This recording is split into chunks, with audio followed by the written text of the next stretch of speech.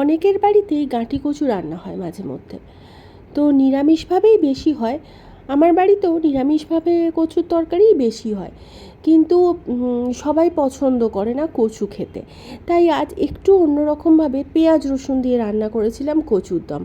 সত্যি বলতে কি, খেয়ে মানে আমার নিজেরও মনে হয়নি যে এটা কচুর দম বলে। মানে একদম কষা কষা আলুর দম ভেবে সবাই খেয়ে নিয়েছে। তাই রেসিপিটা শেয়ার করব না তা কি হয়? সরাসরি চলে এলাম দুর্গার হেসেলে। আমি এখানে ডুমো ডুমো করে কাটা আলু নিয়েছি, কচুটাও কেটে ধুয়ে নিয়েছি, পেঁয়াজ কুচি, রসুন, টমেটো, আদা, কাঁচা লঙ্কা বাটা নিয়েছি। কড়াতে তেল গরম হতে দিয়েছি। তেলটা গরম হলে একটু নুন আর হলুদ দিয়ে নিচ্ছি। এরপর কচু আলু সব ভেজে নেব। অনেকেই এই কচু ভেজে নেওয়ার ব্যাপারটাতে দ্বিমত করেন। অনেকেই বলেন যে কচু ভাজতে নেই, সেদ্ধ করে নিতে হয়। তো আমার মাকে আমি বরাবর দেখে এসেছি বা মায়ের থেকে শিখে এসেছি যে কচু ভেজে নিয়ে রান্না করতে। তাতে কচুর মধ্যে যে একটা হরহরে ভাব থাকে সেটা কিন্তু কেটে যায়। আর অনেকে বলে না যে কচু সেদ্ধ হবে না, এরকম কিন্তু কোনো ব্যাপার নেই। গ্যাসের ফ্লেমটাকে আমি লো টু মিডিয়ামে রেখে কচুটা ভাজতে বসিয়েছিলাম।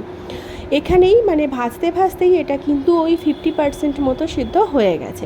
সেই সময় আমি তুলে নিয়েছি।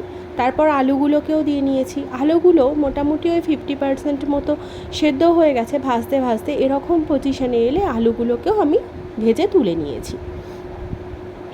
কোনোটাই আমি খুব বেশি লালচে করে ভাজিনি। কড়াইয়ে যে তেলটা ছিল তার মধ্যে দিয়ে নিলাম রসুনগুলোকে ভালো করে ভেজে নিচ্ছি। তারপর তুলে নিয়ে ভালো করে স্ম্যাশ করে নেব।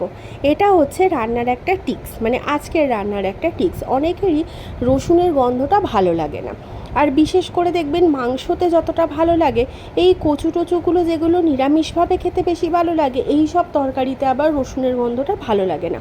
আমার তো পনিরের তরকারিতেও রসুনের গন্ধ ভালো লাগে না। তাই রসুনটাকে যদি ভেজে নিয়ে তারপর স্ম্যাশ করে নিই, আর তখন যদি সেই রসুনটাকে আমি তরকারির মধ্যে দিই, তাহলে কিন্তু রসুনের যে একটা গন্ধ থাকে সেটা কিন্তু আর মানে ওইভাবে তরকারির মধ্যে ছাড়ে না। তো সেটা বেশ ভালো লাগে। হ্যাঁ, এবার আপনারা বলতেই পারেন যে তাহলে রসুন দেওয়ার দরকার কী?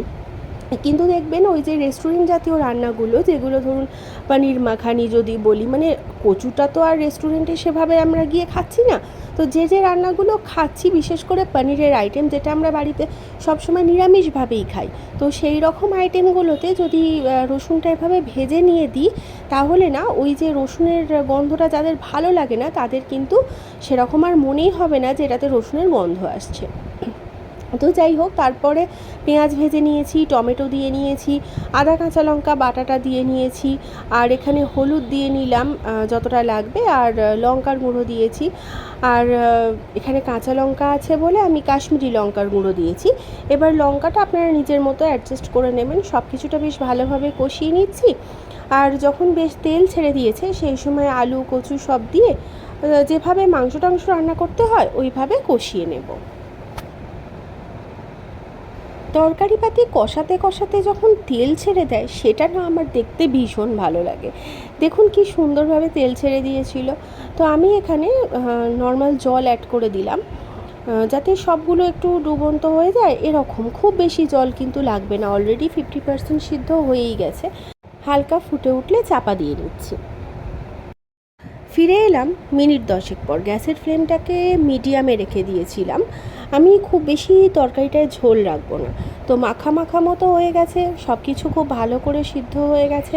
এরকম পর্যায়েতেই আমি রাখবো। নুনটা জাস্ট একবার চেক করে নেব। আর এই সময় আমি এখানে তরকারির মধ্যে গরম মশলা অ্যাড করব না, আমি এখানে অ্যাড করব ভাজা মশলা।